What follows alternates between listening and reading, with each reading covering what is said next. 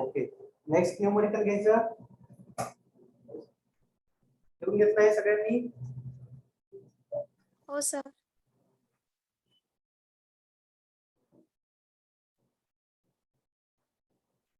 Okay, write down next. An AC circuit, an AC circuit, an AC circuit draw, an AC circuit draw a current of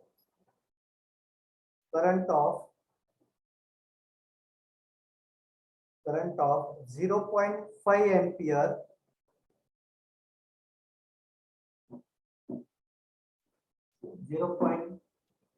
ampere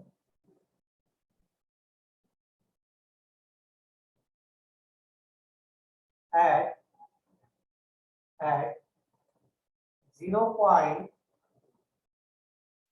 0.707 power factor lag, 0.707 lag power factor, 0.707 power factor lag from 230 volt,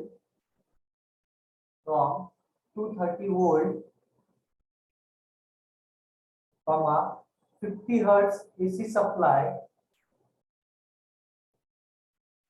50 hertz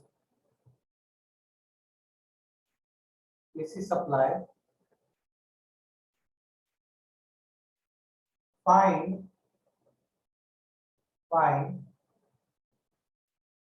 impedance,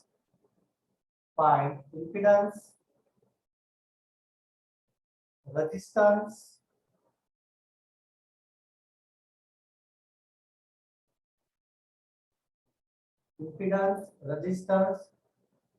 inductive reactance and power. Inductive reactance and power.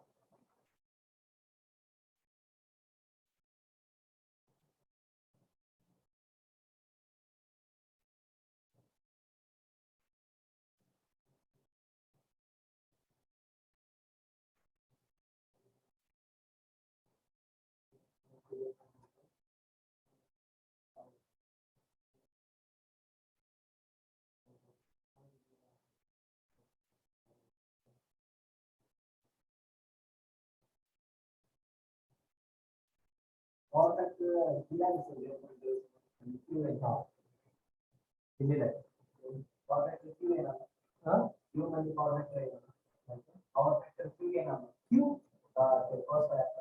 First five क्यों तुम्हारा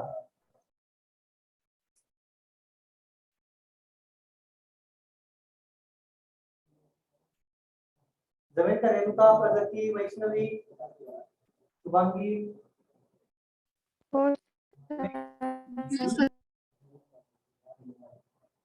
तुम्हें जमीन का हो sir.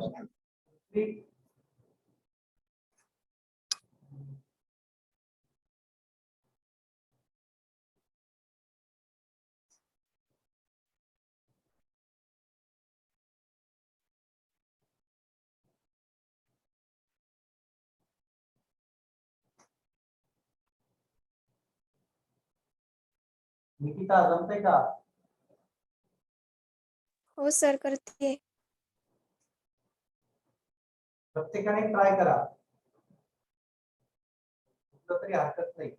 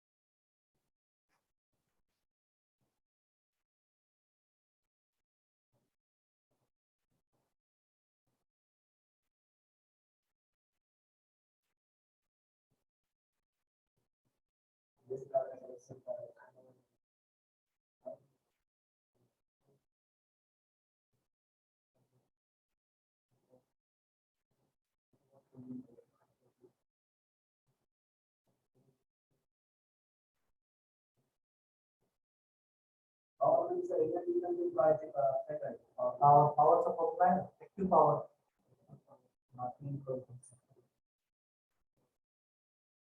Power म्हणजे काय active power operating into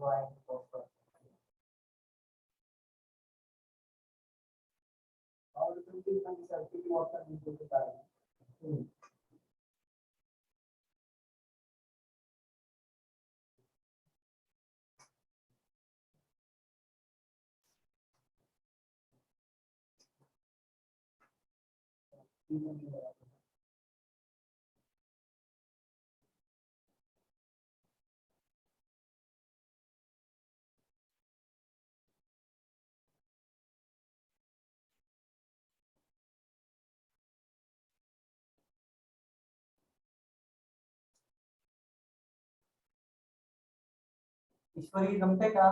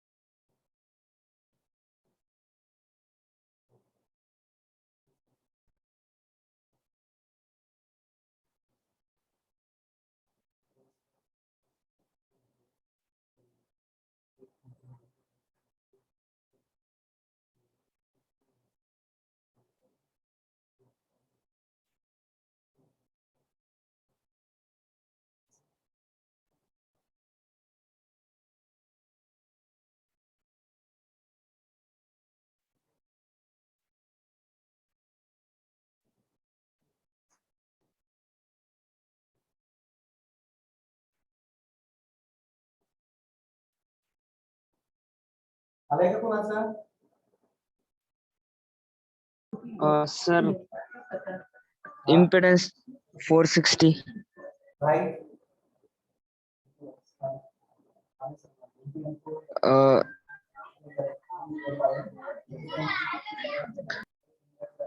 Sir, resistance 325.2 ohm.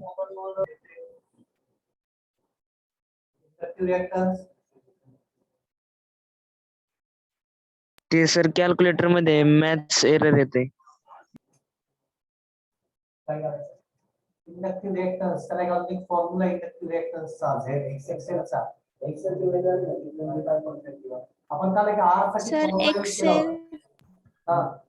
ठीक आहे. 325.31 ओके राईट बरोबर आहे हा पॉवर पॉवर आणि 81.30. आणि रेजिस्टन्स आले 25.22 राईट लेवल आले व्होल्टेज काय केलं जाते कमी व्होल्टेज जास्त घेतलाय फ्रिक्वेन्सी करंट कमी घेतली बरोबर आलं बरोबर आहे आले का उमेश सर मला कॅल्सी मध्ये मॅथ्स एरर येते. कॅल्सीवर येत नसेल तर अजून एक टेक्निक वापरता येईल आपल्याला कॅल्सीवर जर तेवढं मोठं येत नसेल आपण एक काल फॉर्म्युला वापरला होता आठवतंय का झेड इक्वल आर चा फॉर्म्युला वापरला होता आपण काय वापरला होता आर साठी झेड प्लस काय वापरला होता आपण तसं आपण तर झेड साठी काय वापरू शकतो झेड साठी आपण एक सॉरी एक्सेल साठी आपण फॉर्म्युला काय वापरू शकतो एक्सेल साठी झेड साइन फाय चा फॉर्म्युला वापरू शकतो आपण power triangle impedance triangle Z sine phi किंवा मग अजून एक फॉर्म्युला काय एक्सेल इक्वल्स टू एक फॉर्म्युला परत कोणता आहे अंडर रूट ऑफ चा कोणता आहे तो z square minus R square हा पण वापरू शकतो कोणता वापरला होता तू सर मी एक्सेल is equal to under root r square minus z square वापरला. आर स्क्वेअर नाही z square minus R square ना झेड स्क्वेअर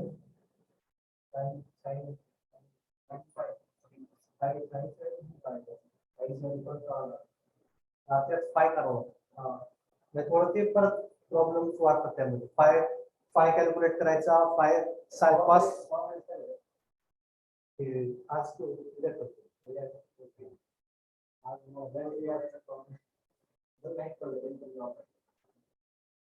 सॉल्व करून दाखवू का सॉल्व करून दाखवायचं का निकिता ईश्वरी साक्षी प्रगती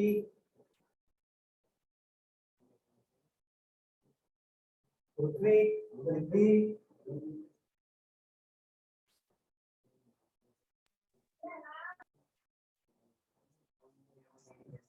सॉल्व करून दाखवायचे का समजले सर. सगळ्यांना कळालंय का कोणी असेल ज्याला कळालं नाही तर आपण नेक्स्ट घेऊ ज्याला सगळ्यांना कळालं असेल तर नेक्स्ट घेता येईल आपल्याला नसेल तर मग आपल्याला सॉल्व करून दाखवतो मी एकदा समजलंय सगळ्यांना पक्का साक्षी बारावकर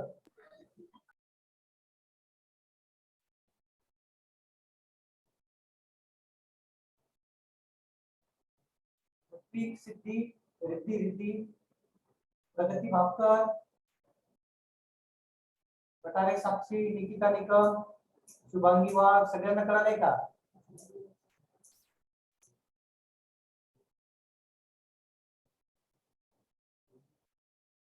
सर एकदा सोडून दाखवा ना. ज्यांना कळत नसेल त्यांच्यासाठी आपण परत एकदा घेऊ बघा न्यूमरिकल मध्ये काय दिलं होतं as an current as an AC circuit draws a current of 0.5 ampere काय दिलं होतं तिथे करंट दिलेला आहे काय दिलेलं आहे करंट गिवन डेटा मध्ये काय दिलंय करंट गिवन डेटा करंट दिलेला आहे I equals to 0.5 एम्पियर दिलाय राईट नेक्स्ट काय दिलेलं आहे पुढे त्यांनी at 0.707 पॉवर फॅक्टर लॅग म्हणजे काय दिलेलं आहे cos phi दिलाय किती दिलेलं आहे 0.707 ओके त्यानंतर पुढे काय दिलं त्यांनी व्होल्टेज दिले V voltage V equal to 230 volt दिलेला आहे राईट पुढे दिलेला आहे frequency f equals to 50 hertz AC supply find and impedance त्यांनी काय म्हटले इम्पिडन्स फाइंड आउट करा म्हणजे Z फाइंड आउट करा पुढे त्यांनी म्हटले रेजिस्टन्स फाइंड आउट करा R फाइंड आउट करा पुढे काय म्हटले त्यांनी इंडक्टिव्ह रिएक्टन्स म्हणजे XL फाइंड आउट करा अँड काय म्हटले त्यांनी पॉवर फाइंड आउट करा P एवढं आपल्याला फाइंड आउट करायला लावलंय गेलेलं डेटा एवढा फाइंड करायचं एवढ्या टर्म्स आपल्याला ओके 4 टर्म्स फाइंड आउट करायच्या 4 मार्क साठी हे न्यूमरिकल विचारलं गेलेले 2014 साली त्यावेळेस जी स्कीम होती त्यावेळेस हे न्यूमेरिकल 4 मार्क साठी एकदा आलेले. ओके, आता आपल्याला फाइंड आउट काय काय करायचंय, झेड आर एक्सएल आणि पी. आपण पहिल्यांदा काय फाइंड आउट करू, झेड. झेडचा फॉर्म्युला आपल्याला माहिती आहे. काय फॉर्म्युला आहे, Z equals to V upon I चा एक फॉर्म्युला आहे झेडचा. आय फॉर्म्युला आपल्याकडे येतो. ते काय करतो, तुम्हाला सगळे फॉर्म्युले एकत्र लिहून देतो, एका पेज वरती लिहून देतो, त्याची पीडीएफ बनवतो आणि ग्रुप वरती टाकतो. मला फॉर्म्युले सगळे लक्षात राहतील मग. ओके, तर झेड चा एक फॉर्म्युला आहे. काय फॉर्म्युला आहे, Z equals to V upon I. V किती दिलेला आहे, व्ही किती दिलेला आहे 230. आय किती दिलेला आहे 0.5. झेड कॅल्क्युलेट करा, यावरून किती आला आहे झेड 460 ओहम आला. त्याला 460 ओहम आला. त्यानंतर आपल्याला फाइंड आउट करायचं आहे आर. आला 1 नंबर, 2 नंबर आर. आर चा काय फॉर्म्युला आहे, Z cos phi. Z into cos phi. Z cos phi. Z आला आपला 460. कॉस फाय किती दिलेला आपल्याला 0.707. कॅल्क्युलेट करा किती येतं 325.22 ओहम. ओके, नेक्स्ट दिलेलं आहे कारण त्यांनी inductive reactors, that is XL. काय फॉर्म्युला एक्सेल चा, under root of Z square minus R square. Z square minus R square. Values put up करा. काय व्हॅल्यूज आहेत अंडर रूट मध्ये 460 square 460 square minus 325.22 square 325.22 square. Solve करायला काय येतं 5.31. किती 325.31 ओहम. हा काय तुमचा एक्सेल आला. ओके, त्यानंतर 4 नंबर पॉवर विचारलेली आपल्याला. करंट विचारलाय, पॉवर करंट केलाय आपण. ओके, पॉवर विचारलेली. पॉवरचा फॉर्म्युला आपल्याला माहिती आहे, V I cos phi. V दिलेला आहे किती आहे 230 इंटू आय किती आलाय आपला 0.5 एंपियर इंटू cos फाय दिलेला आहे 0.707. मल्टिप्लाय करा 81.20. युनिट काय येतं वॅट. युनिट येतं वॅट. कळलं का सगळ्यांना. साक्षी, ईश्वरी, Yes, sir. ओके. फक्त फॉर्म्युले लक्षात ठेवा, कोणता फॉर्म्युला आपल्याला यूज करायचा आहे. आता हे सगळे झेड आर एक्सएल पी प्रत्येक गोष्ट तुम्ही वेगवेगळ्या फॉर्म्युल्याने सॉल्व्ह करू शकता. फॉर्म्युला कोणता वापरायचा हे कोणावर डिपेंड आहे, तुमच्यावर डिपेंड आहे. कोणता फॉर्म्युला वापरायचा आहे, फक्त फॉर्म्युला असा वापरायचा की न्यूमरिकल आपलं जास्त कॉम्प्लिकेटेड होणार नाही आणि न्यूमरिकल आपल्याला इझिली सॉल्व्ह करता येईल. आता इथे मी तुम्हाला सांगितलं की हा झेड आहे एक्सएल आहे, आपण अजून एका वेगळ्या फॉर्म्युल्याने काढू शकतो. एक्सएल इक्वल्स टू काय फॉर्म्युला आपला आहे, एक्सएल इक्वल्स टू फॉर्म्युला आहे Z sine phi. Z sine phi. यासाठी आपल्याला पहिल्यांदा काय करावं लागेल, फाय ची व्हॅल्यू काढावी लागते. फाय साठी आपल्याला phi equals to cos inverse 0.707 करावं लागेल. तेव्हा तुम्हाला काय मिळेल, फाय मिळेल. जो फाय मिळाला तो इथे साइन मध्ये टाकायचा, एक्सेल काढता येतो. तुम्ही डिफरंट टाइप्स वापरू शकता तुमच्या जसं तुम्हाला फॉर्म्युले कन्व्हिनियंट वाटतील तसे. पण असे फॉर्म्युले वापरायचे की ज्याने आपला न्यूमरिकल्स कॉम्प्लिकेटेड होणार नाही. ओके, न्यूमरिकल्स इझिली सॉल्व्ह होईल असे फॉर्म्युले आपण यूज करायचे. त्यासाठी काय करायचं, तर हा गिवन डेटा 3-4 वेळा वाचायचा. दिलंय काय त्याच्यावरून आपला न्यूमरिकल्स आपण काय करायचं सॉल्व्ह करायचे. ओके, आता एक आपण वेगळ्या टाइपचं न्यूमरिकल बघू. आपण एकदम सोपं न्यूमरिकल आहे. ते न्यूमरिकल जी स्कीम मध्ये 2015 ला विचारलं होतं. एकदम सोपं न्यूमरिकल होतं जे काही वेळा 2 मार्क साठी विचारतात, काही वेळा 4 मार्क साठी विचारतात. हे कळालंय सगळ्यांना. साक्षी कळालं, निकिता, साक्षी, गायत्री. हो सर. Okay, Yes, sir. बघा एक वेगळ्या टाईपची न्यूमरिकल बघतोय आपण थोडस. हे 2015 साली विचारलं होतं जी स्कीम असताना. काय न्यूमरिकल हे लिहून घ्या. For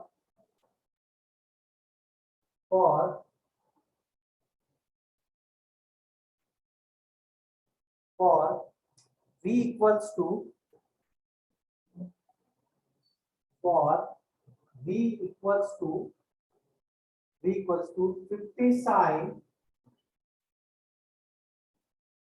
sin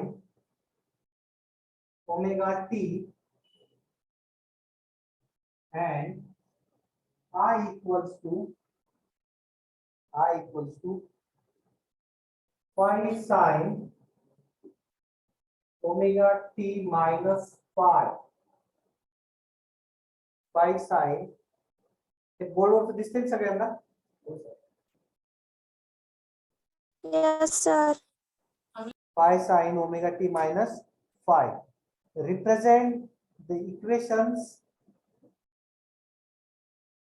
represents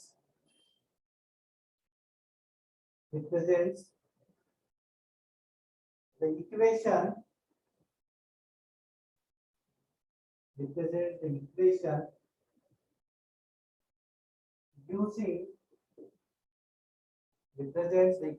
using phasor diagram.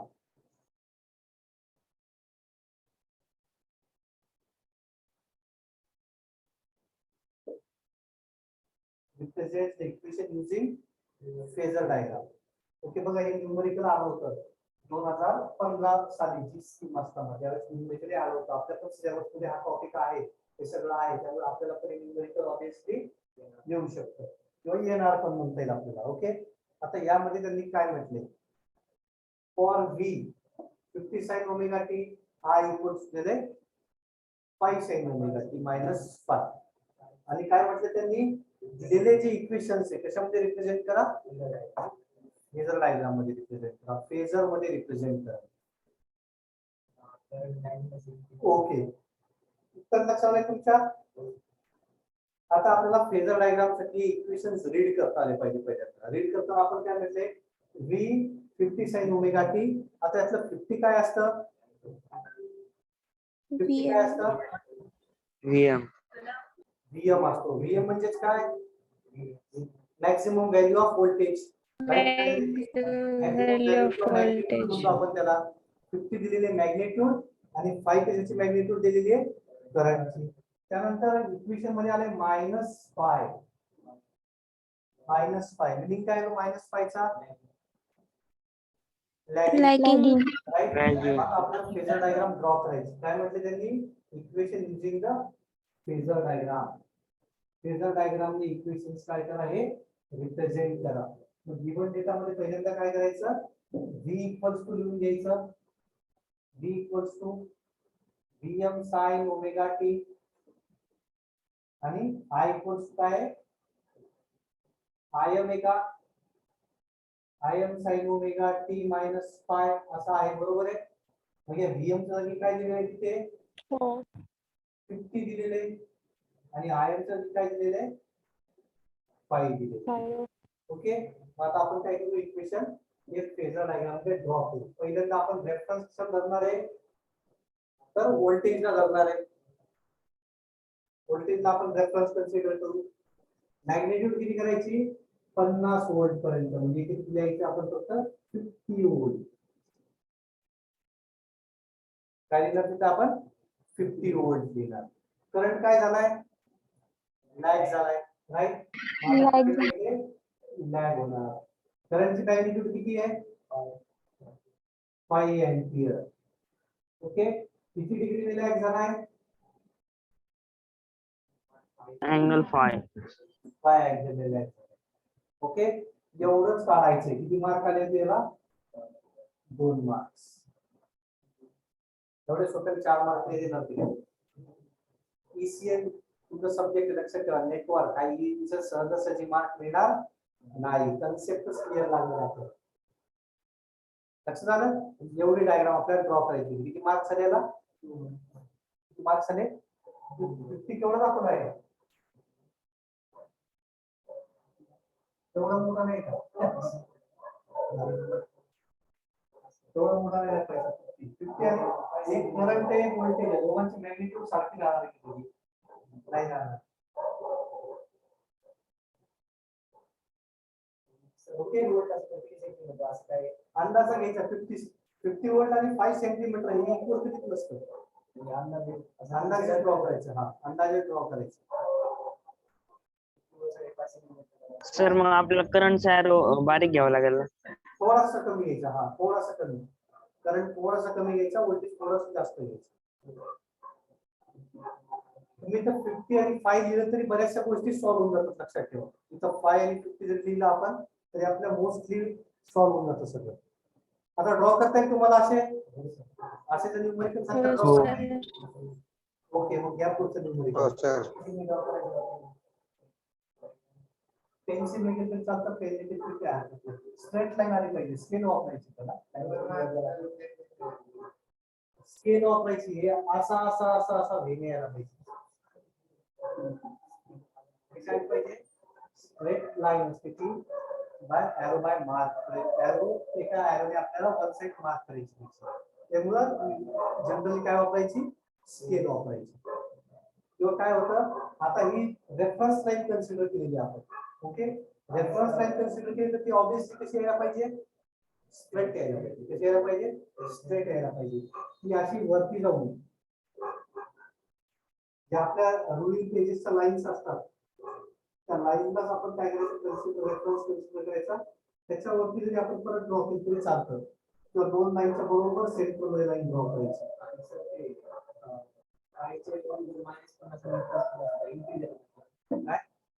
पायची value या सिच्युएशन जर पाय sine omega T minus pi जर नसता आणि मायनस पाय जर नाही नाही असतं तर आपण इनफेस काढला असतं मग काय केलं असतं आपण फेस वरती फेस काढलं असतं ह्याच्यावरती दुसरी लाईन ऍरो केली असती तर 5 दिलं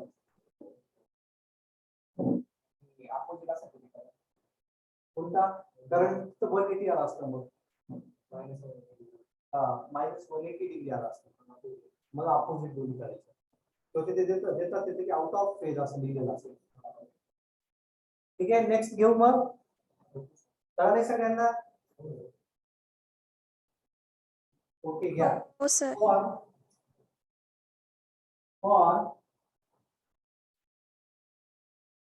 for v equals to for v equals to 100 sin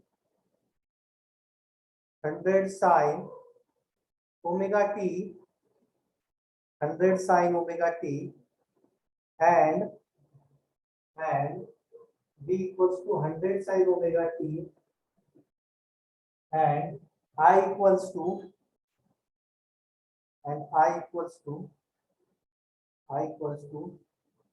12 sin 12 हाँ 12 sin omega t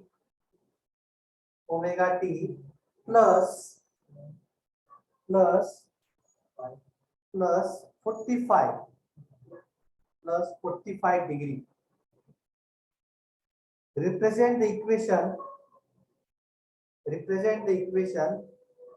using the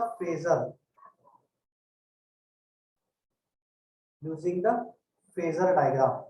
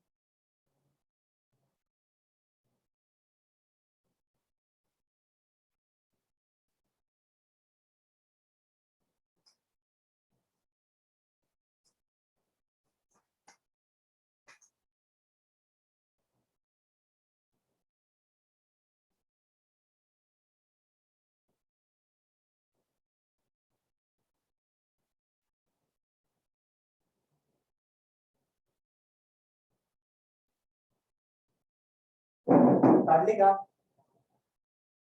जमलंय सगळ्यांना? Yes, sir. ओके. हो काय सर. डायग्राम काय लिहिलेले? V equals to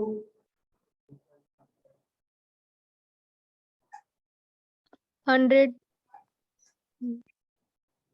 V equals to दिले 100 sin omega T. V equals to दिले. त्यानंतर I equals to काय दिले? 12 sin 12 omega sin t plus omega t plus 45 degree. Plus 45 दिले. राईट. आता इथे तुमची स्किल कुठं वापरायची आपल्याला? आपली स्किल कुठं वापरायची इथे माहितीये का? आपली स्किल वापरायची इथे 45 डिग्री दाखवण्यासाठी. तुम्हाला 45 डिग्री दाखवता आला की तुम्हाला पूर्ण मार्क्स मिळाले. ओके. आता आपण काय करायचं? रेफरन्स कन्सिडर केला. किती आहे हा रेफरन्स? 100 Right. 100 volt. 100 वोल्ट. इथे रेफरन्स दाखवला किंवा इथे काय द्यायचं? V equals to 100 volt. V equals okay.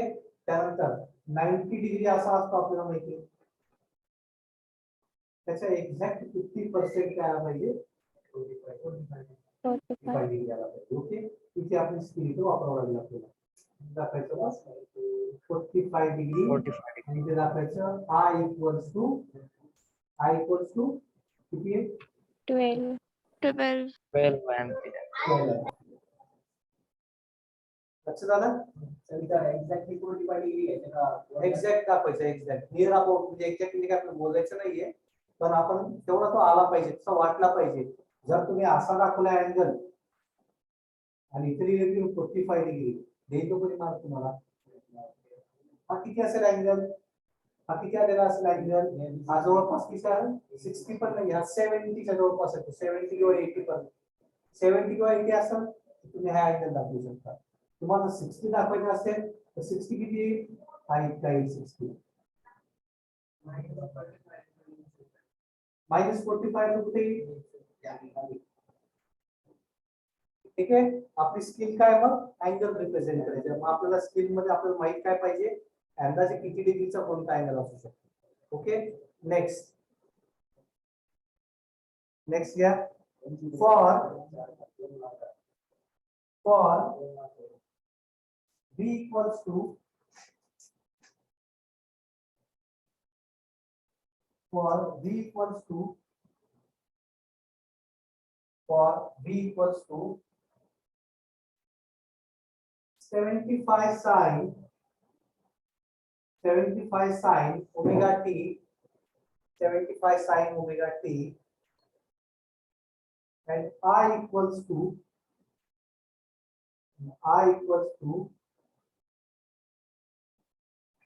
8 sin omega t minus 30 degree. 8 sin omega t minus 30 degree.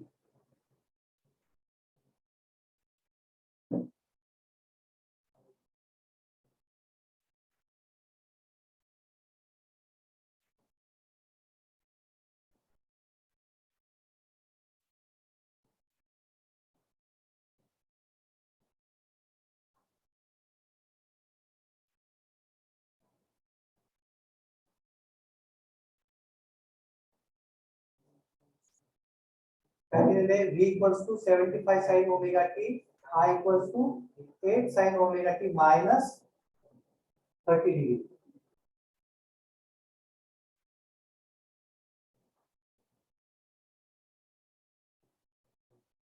तर यात काही सगळ्यांना ड्रॉ करता यायला पाहिजे. आता V equals to 75 volt. V draw करायला त्रास आहे कुणाला?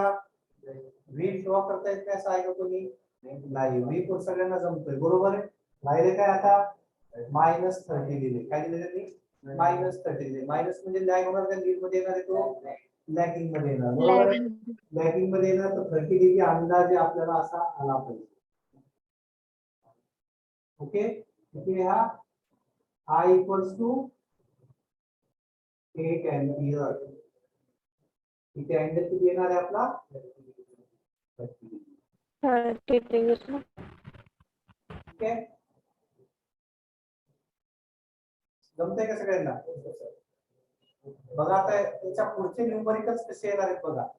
त्याच्या पुढचे न्यूमरिकल्स काय येणार आता आपल्याला त्यांनी जसं मागचे न्यूमरिकल्स म्हणजे आपण पाहिलं the AC circuit having 230 volt AC supply 50 hertz frequency and resistance is 100 ohm calculate the inductance resistance जे काय whatever असे क्वेश्चन्स होते आपल्याला बरोबर आहे. आता याच्या पुढे जे आपल्याला क्वेश्चन्स येणार आहेत त्या पुढच्या क्वेश्चन मध्ये फक्त फेजर डायग्राम दिलेली असेल आणि 2-3 व्हॅल्यूज दिलेल्या असतील. लक्षात त्याच्यावरून तुम्हाला काय तयार करायचे त्याचा cos phi किती असेल त्याचा अँगल किती असेल ते तुम्हाला फाइंड आउट करायचे. ओके मग आता आपण काय करू पहिल्यांदा या अँगलच्या प्रॅक्टिस घेऊ. प्रत्येकाला अँगल ड्रॉ करतोय तर मला पहिल्यांदा पाहू द्या. मी तुम्हाला काय करणार आहे आता 7-8-10 न्यूमरिकल्स देईल प्रत्येकामध्ये वेगवेगळा अँगल असणार. तुम्ही सगळ्यांनी न विसरता जेवढे काही आहेत आपले 17-18 जण आणि तुम्ही 3 जण त्या प्रत्येकाने आपल्या नोटबुक वरती होमवर्क कंपल्सरी करायचे उद्याच. संडेला का संडेला आपलं वेगळं क्लास असतो. संडेला वेगळा क्लास असतो आपल्याला मेजरमेंटचा क्लास असतो. बघू मग जमलं तर काय करायचे सगळ्यांनी न विसरता नोटबुक वरती सॉल्व्ह करायचे आणि प्रत्येकाने मला नोटबुक तुम्हाला उद्या किंवा आज संध्याकाळी मला फोटोज पाठवायचे. ओके मी तुम्हाला सांगेल कोणाला अँगल ड्रॉ करता येते कोणाला अँगल येत नाहीये. तिथे आपली स्किल आहे अँगलच्या स्किल साठी मी तुम्हाला अँगल्स थोडक्यात ड्रॉ करून दाखवतो किती किती असतात ते. पण तुम्हाला सगळ्यांना ते अँगल्स आले पाहिजे. ओके तर आता कन्सिडर केलेली ही रेफरन्स लाईन. ओके ही रेफरन्स लाईन कन्सिडर केली व्ही ची. ओके त्यामध्ये हा अँगल किती असणार आहे 90. हा अँगल किती असणार आहे ऑब्विसली 90 डिग्री असणार आहे. आय चा अँगल हा आय असेल आपला 90 डिग्री. हा 90 डिग्री कशामध्ये तर लीडिंग मध्ये कशामध्ये हा अँगल लीडिंग मध्ये 90 डिग्री राईट. हा लीडिंग मध्ये 90 डिग्री.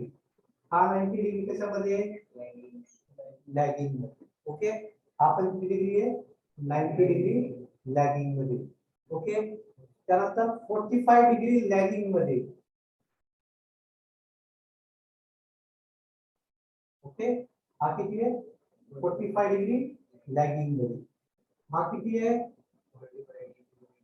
45 डिग्री लीडिंग मध्ये आहे. ओके 45 डिग्री लीडिंग मध्ये. त्यानंतर याच्या 50% पेक्षा थोडंसं कमी काढायचं आपण. ओके 50% पण नाही त्याच्यापेक्षा थोडासा कमी दाखवायचा. हा अँगल आपला असणार आहे 30 डिग्री. त्याच्यापेक्षा थोडासा जास्त हा असणार आहे आपला 60 डिग्री.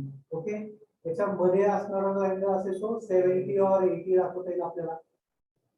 त्याच्या लक्षात 70 किंवा 80 दाखवता येईल. तसा तिथे आपल्याला थोडासा अँगल इथे घेतला हा 70 किंवा 80 दाखवता येईल. हा इथला अँगल आपल्याला 60 दाखवता येईल. हा इथला अँगल आपल्याला 30 दाखवता येईल. घेऊन गेलं तर बेस्ट. तुम्ही अँगल मोजून काढला तर बेस्ट. मोजून जरी नाही काढला तुमच्या स्किलने तुम्हाला एक राऊंड फिगर आकडा घेऊन तो अँगल ड्रॉ करते काही प्रॉब्लेम नाही. पण तो अँगल दिसला पाहिजे वाटला पाहिजे तेवढा आहे. लक्षात तुम्ही इथं दाखवताय 30 डिग्री लिहिलं तर रॉंग होईल. इथं अँगल दाखवताय 90 डिग्री लिहिलं तरी रॉंग होईल. आपली इंजिनिअरिंग स्किल अप्लाय झाली पाहिजे. असं केलं की लक्षात आलं पाहिजे किती आहे 90 डिग्री. लक्षात त्यांनी सांगितलंय की 2 फिंगर्स ठेवलेत. काही वेळेस आपल्याला कॉम्प्लिकेटेड मध्ये नेण्यासाठी काय सांगतात 2 फिंगर्स ठेवलेले आणि 2 फिंगर्स मध्ये काय केले त्यांनी ते 2 फिंगर्स एकमेकांना कसे परपेंडिक्युलर. 2 फिंगर्स एकमेकांना परपेंडिक्युलर आहे. तर जे हॉरिझॉन्टल फिंगर आहे ते व्होल्टेज आहे. जे व्हर्टिकल फिंगर आहे ते करंट आहे. जर न्यूमेरिकल मध्ये आलं आपल्याला असं हॉरिझॉन्टल फिंगर कसं आहे व्होल्टेज आहे. व्हर्टिकल फिंगर्स कसे आहे करंट आहे. Then what is the angle between voltage and current 90 degree आहे. म्हणजे अँगल किती आलाय 90 डिग्री. तर तुम्हाला ते ओळखता आलं पाहिजे. आपण इंजिनिअरिंग या स्किल्स आपल्याला वापरता आल्या पाहिजे. ओके आता इथे मी काही न्यूमरिकल्स देईल तुम्हाला. हे सगळे न्यूमरिकल्स होमवर्क आहेत. की जे प्रत्येकाने न चुकता पाठवायचे आहे. लक्षात सगळ्यांच्या म्हणजे मला इथे आता प्रेझेंट किती जण आहे तर 9 आणि 3-4 जण प्रेझेंट त्याच्या प्रत्येकाचं न्यूमरिकल मला आलं पाहिजे.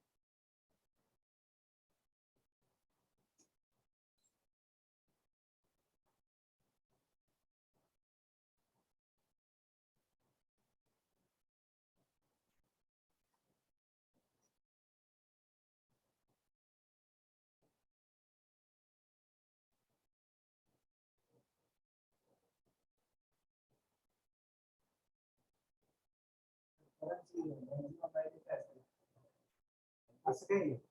आता लाइटनिंग माहिती तुम्हाला वीज वीज पडते माहिती का. आता ही जी वीज असते ही विजेची जे व्होल्टेज असतं हे अबोव 1 लाख व्होल्ट असतं 1 लाख व्होल्ट पेक्षा जास्त आणि करंटची रेंज असते जी 1000 एम्पियर पेक्षा जास्त.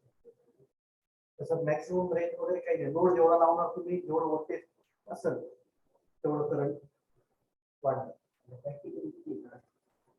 असं काही नाही सांगतो 1000 पर्यंत फॅन वरचा हा फॅन काय करतो 5 एम्पियर पर्यंत करंट येतो. 0 to 5 एम्पियर पर्यंत करंट येतो हा फॅन. कम्प्युटर आहे 0 to 1 एम्पियर पर्यंत करंट येतो कम्प्युटर. मोबाईल आहे मिली एम्पियर मध्ये मोबाईलला करंट किती राहतो मिली एम्पियर पर्यंत येतो. असं काही लिमिट नाही करा ना व्होल्टेजला लिमिट आहे ना करंटला लिमिट.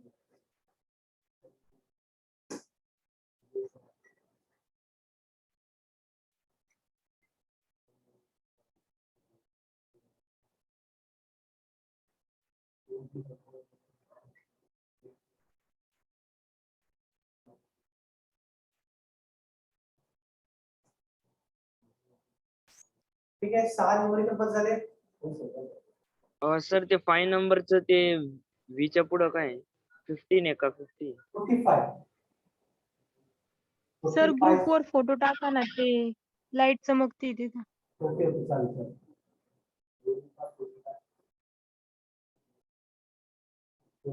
फोटो आणि ग्रुपवर टाकून दे.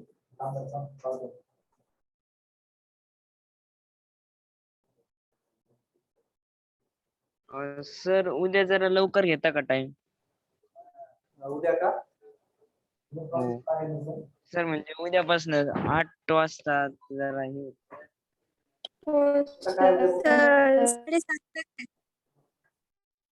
काय उद्यापासून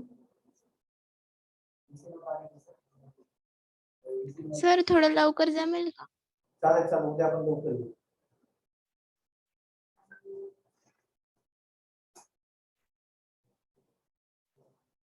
सर EEM चे फक्त शनिवारी रविवारी होणार का शनिवार लेक्चर? आणि रविवारी EM चं, हा. EM च्या लेक्चरला ऑफलाईन येऊ शकता, ज्यांना यायचं त्यांनी या. EM च्या लेक्चरला ज्याला ऑफलाईन यायचं तर ऑफलाईन येऊ शकता. ऑफलाईन आले तर आपण चांगलं, कारण तुम्हाला डायग्राम वगैरे सगळ्या व्यवस्थित समजतील.